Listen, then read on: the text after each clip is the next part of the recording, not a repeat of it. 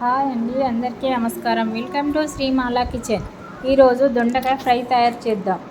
దొండకాయ ఫ్రై తయారు చేయడానికి కావాల్సిన పదార్థాలు: ఆనియన్, పచ్చిమిర్చి, ఎల్లిపాయ నేను ముందుగా కట్ చేసి పక్కన పెట్టుకున్నానండి. ఒక 4 స్పూన్ ఆయిల్ వేసి, ఈ దొండకాయ ఫ్రై రసంలోకి పప్పులోకైనా చాలా బాగుంటుందండి. దొండకాయలు చాలా బాగుంటుందండి, కర్రీ తింటే చాలా టేస్ట్ ఉంటుంది. 4 స్పూన్ ఆయిల్ వేసుకొని, ఆయిల్ కాగిన తర్వాత కొంచెము ఆవాలు, జీలకర్ర వేసుకోవాలి. పోపుకి కావాల్సినవి ఆవాలు, జీలకర్ర నేనండి. హాఫ్ స్పూను జీలకర్ర, హాఫ్ స్పూను ఆవాలు కొంచెం వేగిన తర్వాత ముందుగా కట్ చేసుకున్న వెల్లిపాయ వేసాను. ఆనియన్స్ ఒకటి కట్ చేశానండి. ఇలా శుభ్రంగా కడిగి పక్కన పెట్టుకున్నానండి. జల్లెట్లో వేసాను.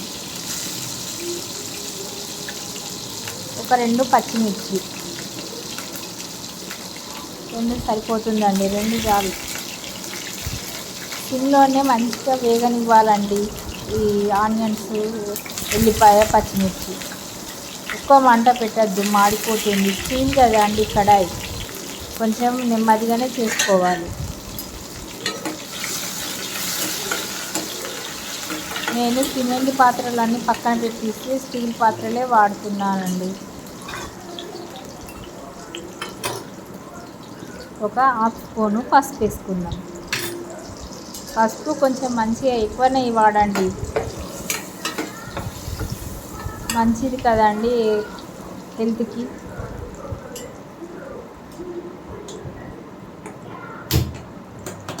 కొంచెం వేగిన తర్వాత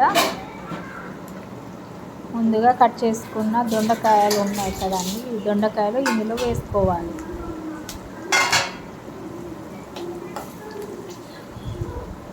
దొండకాయలు ఇలా సన్నగా కట్ చేసి కడిగి పెట్టానండి. ఇందులో వేసి మంచిగా సిమ్లోనే మంచిగా ఉడకనివ్వాలండి.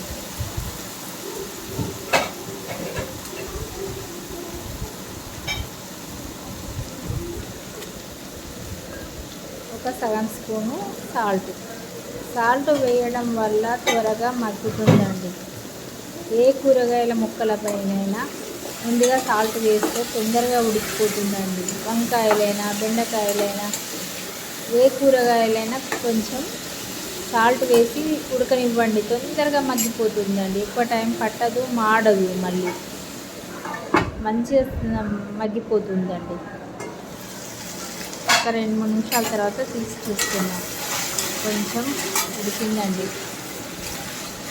ఇది చాలా టైం పడుతుందండి, నెమ్మదిగా చేసుకోవాలి సిమ్లో పెట్టి.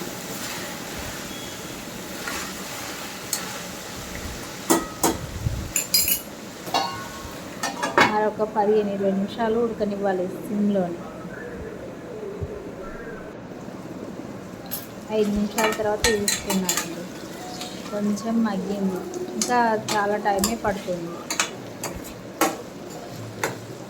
నెమ్మదిగా చేసుకోవడం వల్ల రుచి ఎక్కువ వస్తుందండి. తొందర చేయడం వల్ల అంత రుచి ఏమి ఉండదండి. ఏ కూరగాయ అయినా సిమ్లో ఉడికించడం వల్ల మంచిగా మగ్గి మంచి టేస్ట్ వస్తుందండి. మీరు ఇలా ఒకసారి చేసి చూడండి నిదానంగా. ఒక 15 నిమిషాల సేపు మంచిగా మగ్గనిద్దాం. చూడండి, 15 నిమిషాల తర్వాత సగం వరకు ఉడికిందండి. ఇంకా చాలా ఉడకాలి.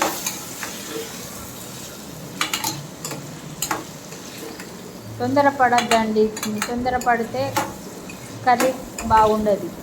నెమ్మదిగా ఉడకనిస్తే మంచి టేస్ట్ వస్తుంది. మరొక 10 నిమిషాల సేపు ఉడకనిద్దాం.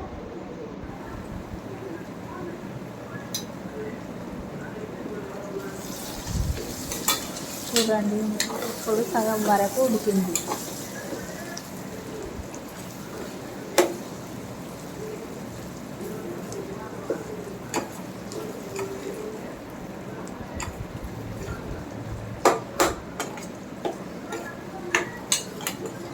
ఏం మసాలాలు ఎక్కువ అవసరం లేదండి. ఇలా సింపుల్గా చేసుకుంటేనే చాలా టేస్ట్ ఉంటుంది. కొంచెం నువ్వులు కూడా వేసుకోవచ్చండి. నువ్వు పొడి పౌడర్గా చేసి వేయకుండా కానీ కొంచెం నువ్వులు చల్లుకున్నా బాగానే ఉంటుందండి. నువ్వులు తినాలంటే అప్పుడప్పుడు మోకాళ్ళ నొప్పులు కాళ్ళ నొప్పులు రావండి. కాల్షియం బాగా దొరుకుతుంది. మన పెద్దవాళ్ళు ఎప్పుడు నువ్వుల పౌడర్ ఎక్కువ వాడేవాళ్ళు, మనమేమో తగ్గించేసాం. ఇప్పుడు చూడండి మంచిగా ఉడికిపోయింది. నేను కొన్ని నువ్వులు చల్లానండి, ఒక స్పూన్ అండి, అది స్కిప్ అయింది. కొంచెం ఒక స్పూన్ వరకు నువ్వులు చల్లాను.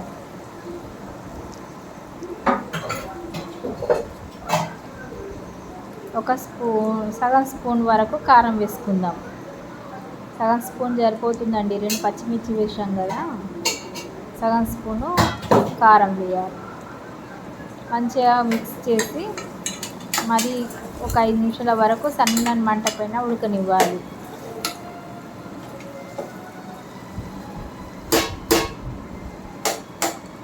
మరొక 5 నిమిషాల వరకు ఉడకనిద్దాం మూత పెట్టి. 5 నిమిషాల తర్వాత చూడండి దొండకాయ వేపుడు తయారైపోయింది. ఏం లేదండి, నిదానంగా చేసుకుంటే చాలా టేస్ట్ ఉంటుందండి. ఇది రసంలోకైనా, పప్పులోకైనా, చపాతీలోకైనా బాగుంటుందండి. ఇలా చేసి చూడండి. Thank you.